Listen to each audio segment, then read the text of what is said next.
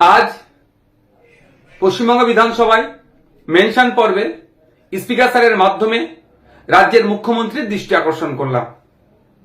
ব্রিটিশদের বিরুদ্ধে এবং জমিদারদের বিরুদ্ধে কৃষকদেরকে সংগঠিত করে যে লড়াই করেছিলেন হাফেজ বিন নিসার আলী, যিনি তিতুমির নামে খ্যাত, তার আত্মবলিদানকে যথাযথ মূল্যায়ন করা হচ্ছে না, স্বীকৃতি প্রদান করা হচ্ছে না। ঐতিহাসিক উইলিয়াম হান্টার জানিয়েছেন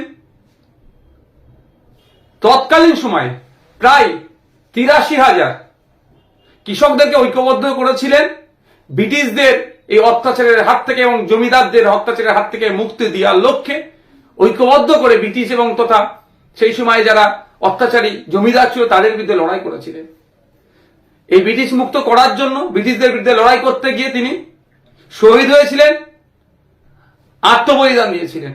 কিন্তু অপদার্থ রাজ্য সরকার তার আত্মবলিদান আত্মত্যাগকে যথাযথ মূল্যায়ন করতে পারছে না। সেই জন্য আজকে রাজ্য সরকারকে আবার জানিয়ে স্মরণ করিয়ে দেওয়ার জন্য দৃষ্টি আকর্ষণ করলাম যে হাফেজ বিন নিসার আলী তথা তিতুমিরের জন্মস্থান হায়দারপুর এবং বিখ্যাত যে বাঁশের কেল্লা যে গ্রাম থেকে ছিল সেই নারকেলগেরিয়া, এই গ্রাম দুটোকে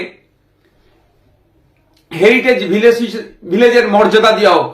সাথে সাথে এটাও বললাম যে হাফেজ বিন নিসার আলী শুধুমাত্র একজন স্বাধীনতা সংগ্রামী ছিলেন না বা কৃষক নেতা ছিলেন না, তিনি সাথে সাথে সর্বকালের সর্বশ্রেষ্ঠ ২০ জন বাঙালির মধ্যে তিনি একজন অন্যতম ছিলেন। বিবিসি ২০০৪ একটা সমীক্ষা চালিয়েছিল সর্বকালের সর্বশ্রেষ্ঠ বাঙালি কারা।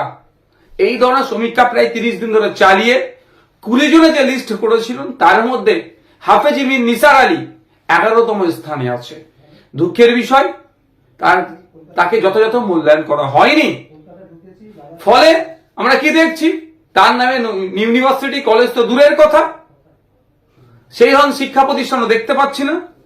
ঘটনাচক্রে দেখলাম মেট্রো স্টেশনের একটা স্টেশনের নাম, তার নামাঙ্কিত একটা স্টেশন হওয়ার কথা ছিল, রাজ্য সরকার সেই নামটাকেও পরিবর্তন করে দেওয়ার অপচেষ্টা চালাচ্ছে, যাতে এই অপচেষ্টা থেকে অর্থাৎ এই নাম পরিবর্তন করার যে সিদ্ধান্ত গ্রহণ করেছে সেটা প্রত্যাহার করার জন্য আজকে আমি মেনশন পর্বে জানালাম।